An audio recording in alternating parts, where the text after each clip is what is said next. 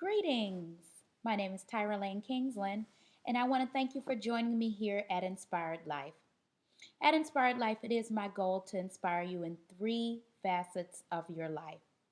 I want to inspire you to obey God, to embrace the now moment, and to honor God in your temple by having adequate rest, proper nourishment, and exercise. But today we're going to delve into the first of those three, which is obeying God. Yes, obeying God. There's an old song that used to go, "'Tis no other way than to trust and obey." And I believe that to be the truth. There is no other way than to trust and obey. Yes, we can try to do things our own way, craft and devise our own schemes, but obeying God is what is going to put us on the fast track to Christian maturity. Mary says in John 2 and 5, do whatever he tells you to do. And I agree with her on that. I want to live my life such that I am doing whatever he tells me to do.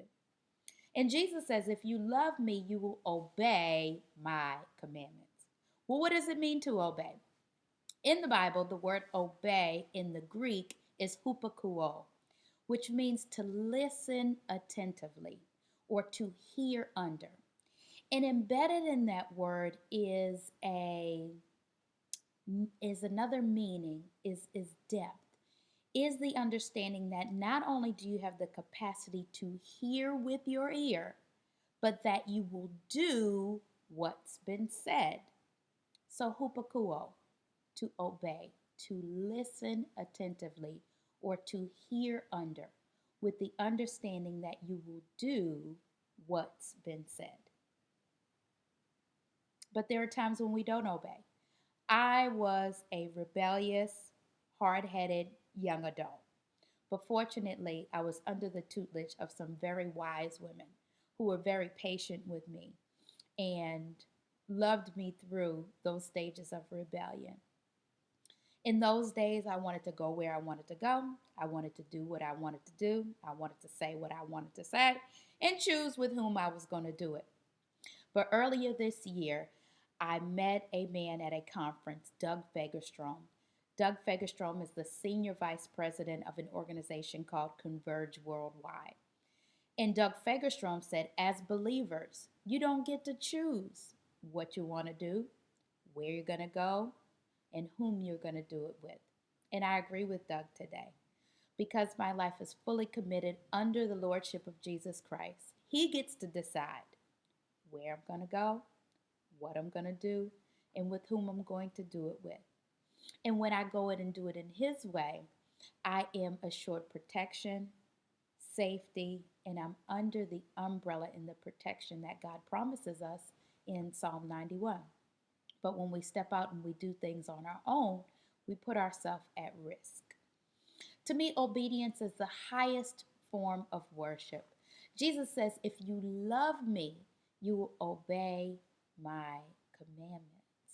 So the highest way that we can show God that we love him, that we're in relationship with him, that we value our relationship with him, and that we want to continue to walk with him is by obeying him.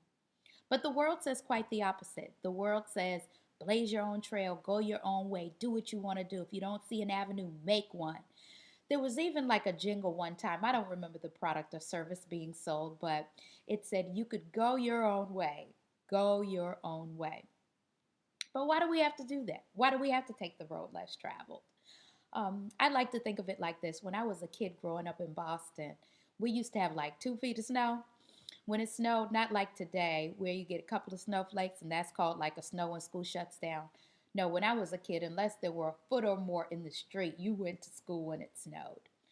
Well, when I would walk to school in the snow, such that my pants or my socks and my shoes didn't get too wet, I would walk in the steps that had already been stepped in and stomped on before me.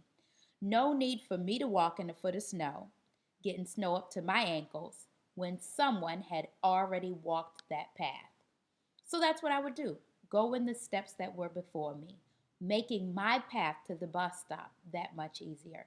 And Jesus has done the same for you. Since he knows your life from the beginning of time, He has already laid out some steps for you. He has already blazed the trail for you. All we need to do is simply follow in those footsteps, and we will make our path and our way much easier. So, my friends, I've just stopped by today to encourage you in that first facet of your life, obeying God. For there is no other way than to trust and obey, to obey Him in every area. We sing songs like I give myself away, my life is not my own, to you I belong, I give myself away. But do we really mean that? Every area, every facet, total, complete obedience. And as Bob Sorge puts it in his book, Secrets of the Secret Place, radically obedient. We want to be radical in saying yes to Him, yes to His will, yes to His way. So until we meet again, my friends, it is my prayer that you've been inspired to live fully. Take care and God bless.